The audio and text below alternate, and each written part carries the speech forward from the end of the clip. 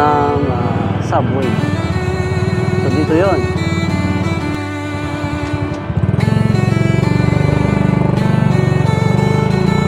Ayun na tayo. Ayun na. Nga pala. Kaya kung mapapansin nyo, bago itong daan na aking dinadaanan, tinatahan kasi ito ay parte ng Mandaluyong. Parte po ito ng Mandaluyong. Malapit po itong parte ito ng Mandaluyong at papalapit na ako sa Pasig. Dahil meron po tayong pinuntahan na kung saan magkakaroon kami ng activity. Kaya itong tinatahak natin ngayon ay parte na ng Pasig. Bilis, no?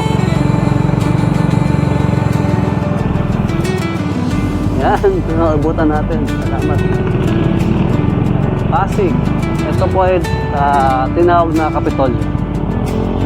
Ngayon ay ibang daan ang ating daanan dahil hindi po tayo dun sa dati natin. Yan. Ngayon po kaista ay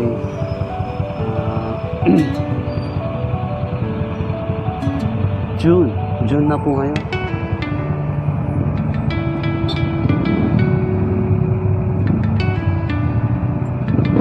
June na po ngayon mga kaista.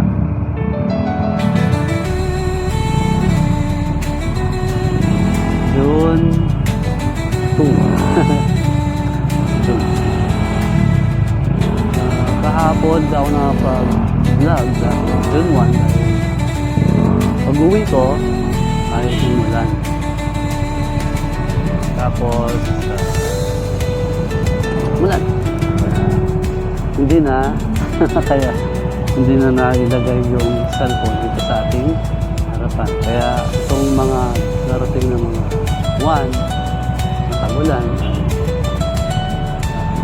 magkakaroon po ng hindi madalas na pag-vlog. Lalo pagka malakas.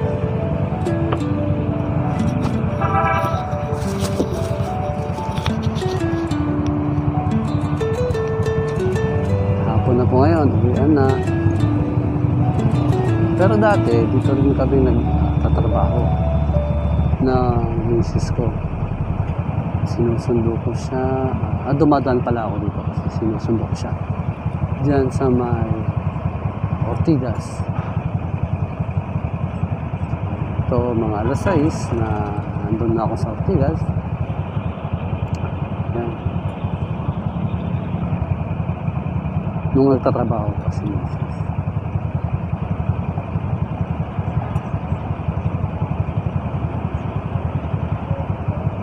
Kahapon din ay hindi ko ng umaga, hindi ako dito dumaan. Kahapon. Hindi yung usual na way. Pupunta muna ng sisig, GC, Ayala. Tapos umikot ako.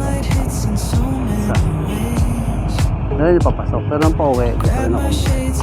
Dito yung dinaanan ko na. Kasi kapisado ko na siya eh. Hindi kasi tayo nagmamadali pag pauwi. Okay lang na mabagal. Katulad yan, mabagal pa rin.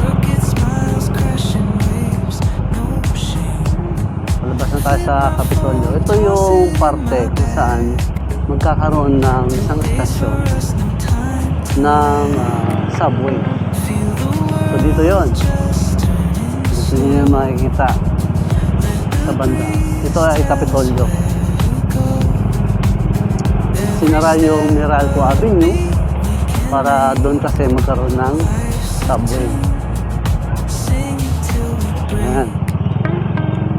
Porter dito ay Pasig. Mga Pasigay. Ayan. Ayan na. Galing na. Dito naman, kahapon hindi ako dumaan doon sa may bagong ilog. No way. Pero ito, dadaan tayo dun kung saan daw may yumayanig tuwing February 14. Itong banda rito ay yung hotel portion ng Pasig.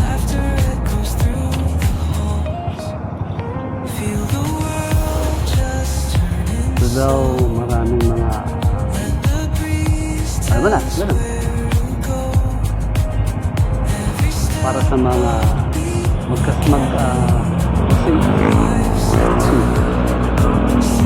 Ayan. Kung mapapansin nyo, yung harapan na yan, yung building na yan, ang ganda ng mga building na nan. Pondo, may kanya-kanya ng mga yan. May nakaalat ng space para sa space. Kahit na hindi ka na bumaba, parang nasa baba ka na rin dahil meron kayong open space.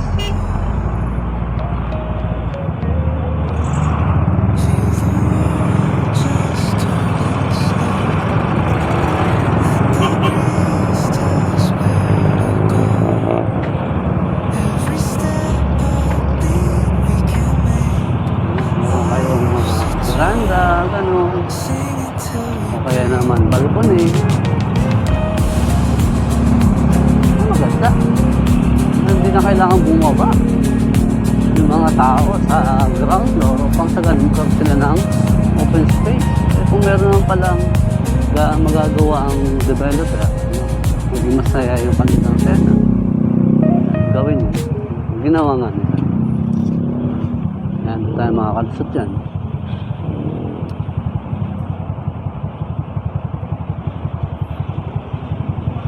Paunahin natin yun. Yan, nakabike. Kasi nakabike siya.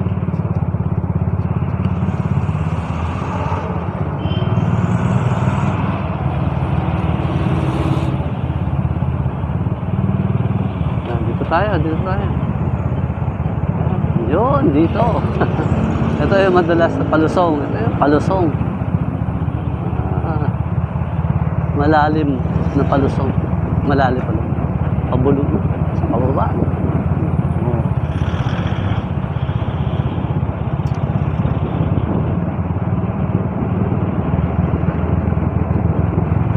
Yan. Yung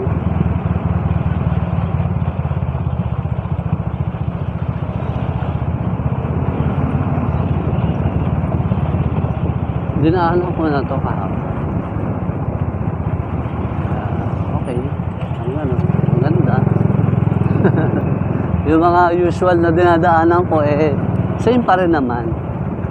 Akala ko kasi hindi nagbago na. Nakakatakot kasi mahuli Doon sa episode ko nahuli ako. Kaso binigyan talaga ako ng pagkakataon. Dito, pag nahuli ka dito, talagang huhulihin ka wala nang warning.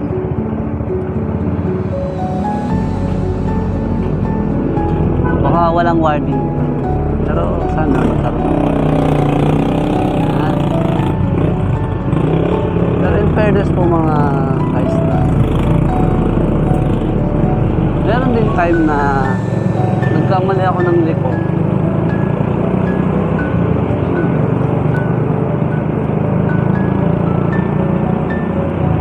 Nagkamali ako ng liko.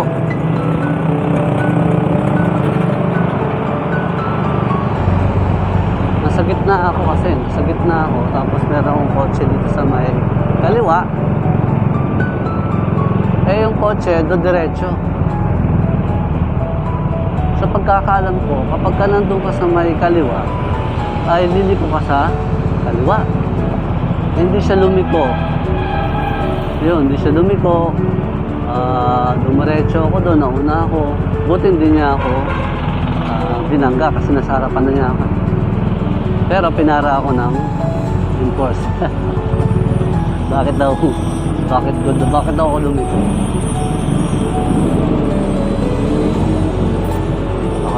Dapat nandun pa ako sa gilid. So yun. Same pa rin. Yung nangyari. Lagi naman tayo Lagi naman tayo umaamin sa ating pagkakataon. Hindi naman tayo. Sabi ko, sure ako. Ayan. Tama din. Mali. Pinabigyan ako. Pero may mga enforcer din. Strict din sila.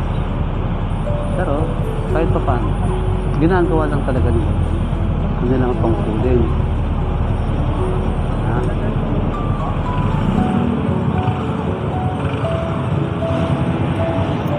Tungkulin na magsilbi. Siya nga pala mga kaista ha, masakali lang nahagip ng iyong plaka ng sasakyan ng aking camera sa pagbablog ko, ay hindi ko po iyon sinasadya.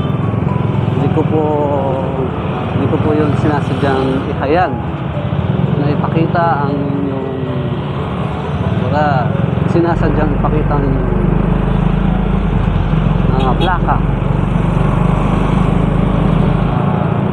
Ito po ay nahagip lang sa pampublikong kalsada. Muli,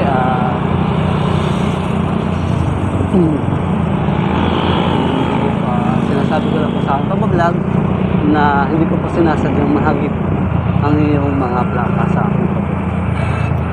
At humihingi po ako ng comment kung ano man po yung nakuha ng aking cellphone camera sa aking pagbablog. Sana, shoutout ko na lang po sa inyo.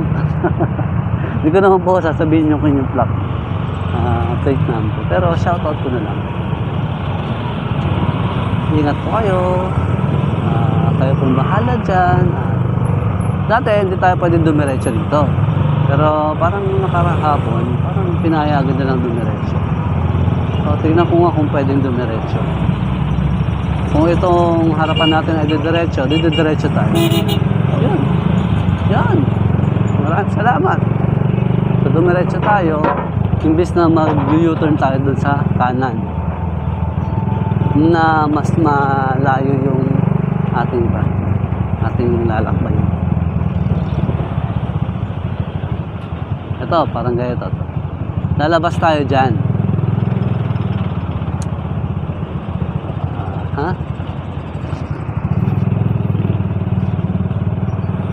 Tayo.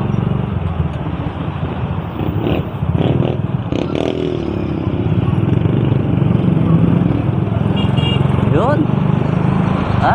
Napabilis pa ang ating biyahe. Siguro 1 minuto. 1 minuto yung nabawas sa ating biyahe. Kasi ikot pa tayo rin. Dito lagi namin dinadaanan. Minsan lang namin nadaanan yata ito, Ulysses. Itong way na ito. Kasi lagi namin daanan ay sa grave. Paano ba yun? Tumapa mo. Ano kayo din ba? Ano ay uwi namin? Lalahanin ko nga, kalimutan ko na.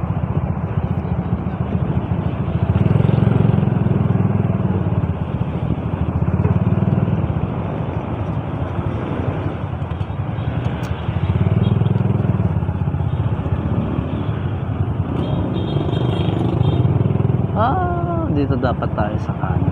So, pupunta tayo ng kaliwa para hindi tayo mahiga. Kasi, kung hindi tayo pupunta ng kaliwa, kasi magkakaroon tayo ng magsuserve tayo doon sa dulo, dito sa crossing.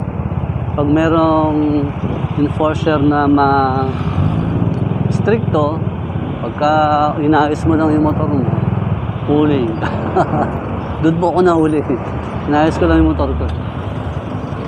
Kasi galing ako ng kanan.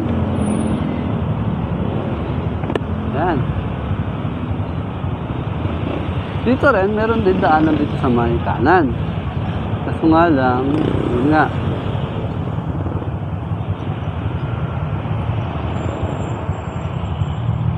So, nandito tayo sa Pasig. Mga kaista ha, kung nahagip pa ng camera ang inyong mga plaka, ay hindi ko po yung sinasadya. Dahil nandito po ako sa pagpuputong daanan, hindi po maiwasan na makuhanan ng inyong mga plaka.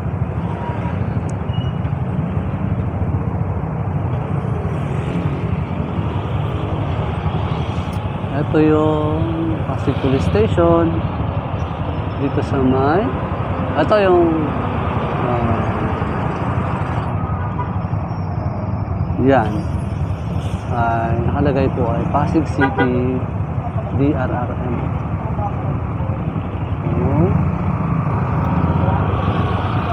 Nakalagay Red Training Center.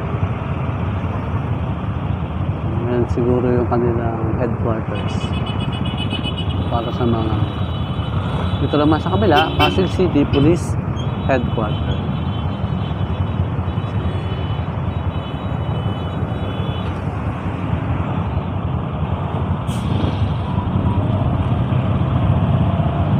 Yan. At ako na tayo. Tayo ngayon ay didiretso. Doon tayo sa St. C. Raimundo. Liliko tayo doon sa Ray portion. Yan.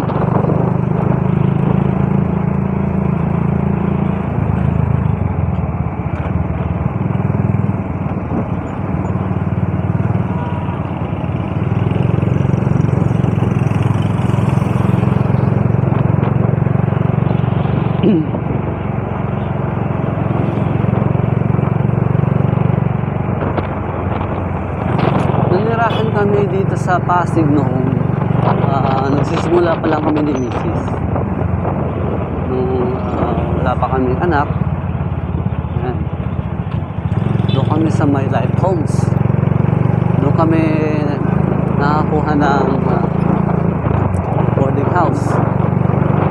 Mga studio type, ganun. Doon kami nakatira. And then, nung pinanganak ni Mrs. yung aming panganay, at nakakuha naman kami ng bahay na sa Binangonan. Ang sabi ng paliwanag ng misis ko ay instead na magbayad kami ng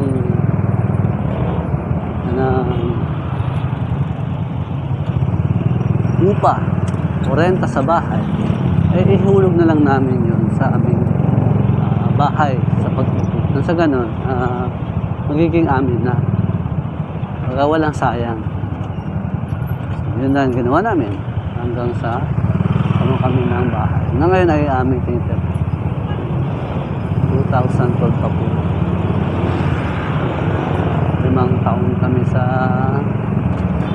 Pasig. 2008 hanggang 2012.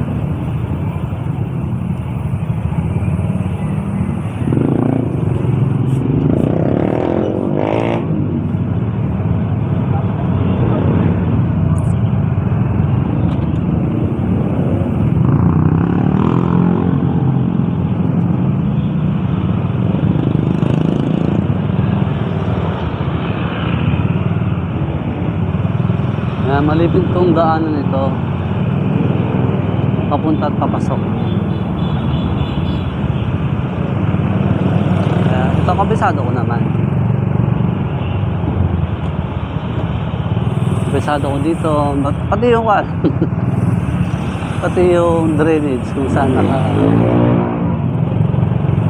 kabisado ko rin. Iniiwasan namin dati. Pa rin. Enforcer, kung ano yung style ng mga enforcer dyan sa may crossing, ano pa rin naman. Dito tayo ngayon sa kaliwa. Bandang kaliwa kasi hindi naman tayo dito ng kanan.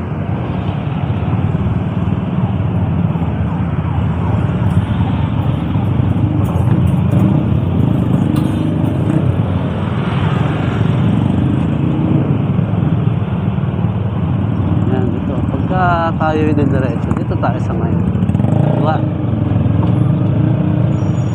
Pero kapag Saan din naman tayo diretso? Traffic enforcement.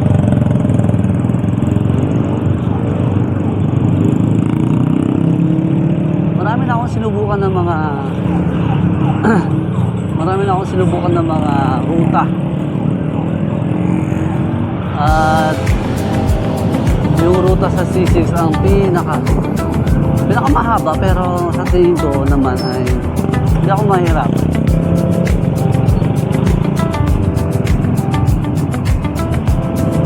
Kasi kalahati nung tatakbuhin ko doon ay maluwang, mabilis. Ano kasi yung C6? Samantalang dito, ito na, normal na ganito. Normal na yan, normal na ganito. Dinadaanan natin.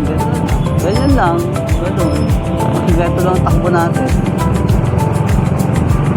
Di ba na lang kung walang pasok yung, wala pa nga pasok yung mga bata.